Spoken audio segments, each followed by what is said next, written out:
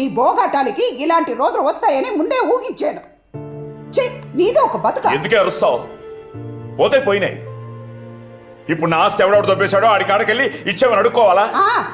నువ్వు అడుక్కోగానే వాళ్ళు ఇవ్వడానికి నీలాగా చేతగాని వాళ్ళు కాదు. అవునే, నేను చేతకానోడ్నే. నాకేం తెలీదు, తినడం తొంగోవడం తప్ప. అయినా నీ ఆస్తి నేనే అడుక్కోవడం లేదుగా. నాకు తెలుసు నేనేం చేయాలి. మీరేం చెప్పక్కర్లేదు. నువ్వే పోరా పో, మిమ్మల్ని ఇంకెవ్వరు బాగు చేయలేరు.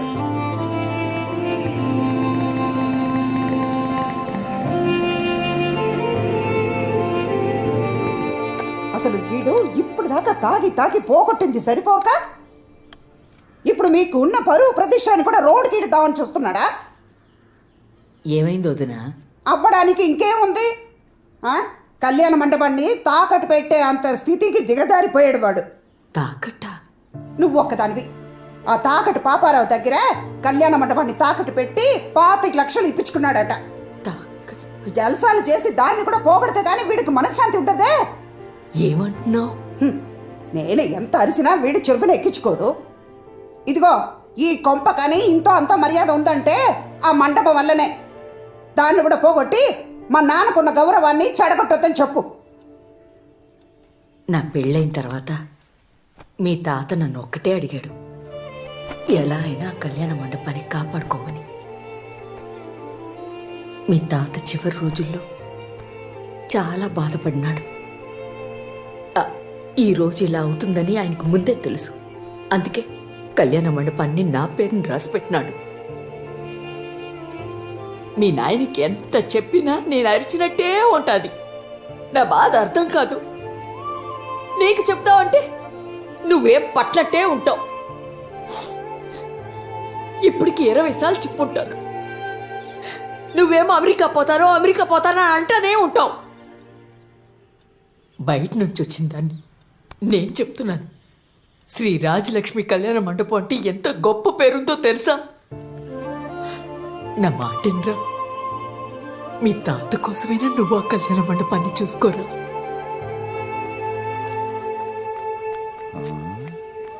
వీడొచ్చాడేంటి? అమ్మ కొడుకులు కలిశారంటే రోజు ఉండేదానికంటే ఈరోజు డోసు ఎక్కువ ఉంటుందన్నమాట.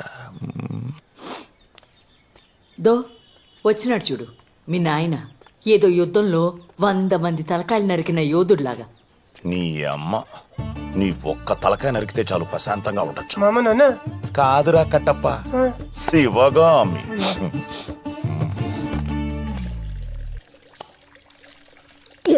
ఏరా 2 రోజుల నుంచి ఫోన్ చేస్తున్నాను, ఎత్తవేరా? ఇంట్లో ఒక ఆడదుంది, అది ఏమైంది? పట్టించుకునేది నీకేమైతుంది?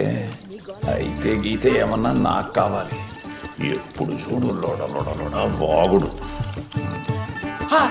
మొగుడన్నాక బాధ్యతతో ఉండాలి, అప్పుడే ఇల్లు సక్రంగా ఉంటది. ఇదిగో ఇలా ఉన్నదంతా ఊడ్చుకుంటూ పోతే అప్పుడు అందరం కలిసి రోడ్డు మీద పడాలి. ఈ నాయన ఏ టైంలో దీనికి శాంతి అని పేరు పెట్టినాడో గాని నాకు మనశ్శాంతి లేకుండా చేస్తుంది. 2 రోజుల ఇంటూ తిని మహా ఎలా పెట్టాడు చూడు. రే చూడరా మీ నాయన్ని, ఈ బడిలోకి వెళ్ళే పిల్లాళ్ళ ఇలా పాపిడిట ఎలా దూకుంటున్నాడు. ఇప్పుడు నన్ను ఏం చేయమంటావే? భరతనాట్యం చేయమంటావా? భరతనాట్యం సిగ్గులుండరా మీకు అసలు? ఈ కొంపలో నీకు విలువ లేదు. తండ్రిలా ఎవరైనా చూస్తున్నాడా? భర్తలా ఎవరైనా చూస్తున్నారా? ఇక నువ్వు ఈ కొంపలో ఒక్క క్షణం కూడా ఉండకూడదు.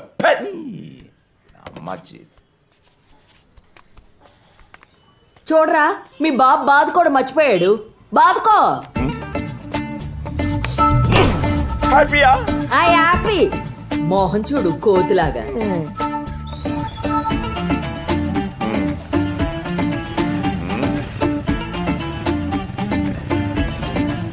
తీరా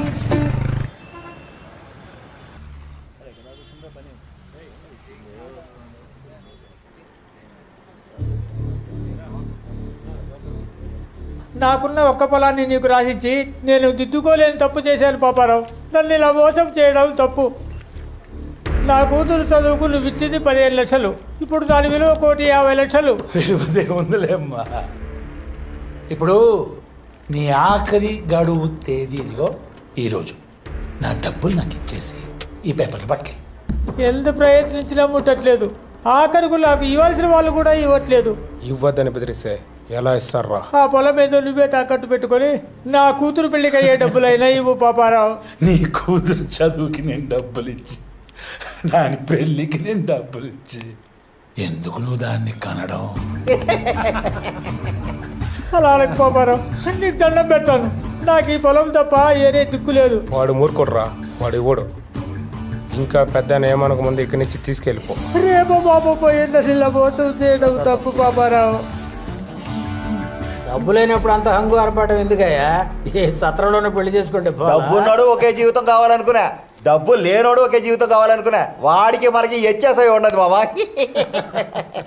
వీళ్ళకి ఎవడు బుద్ధి చెప్తాడు?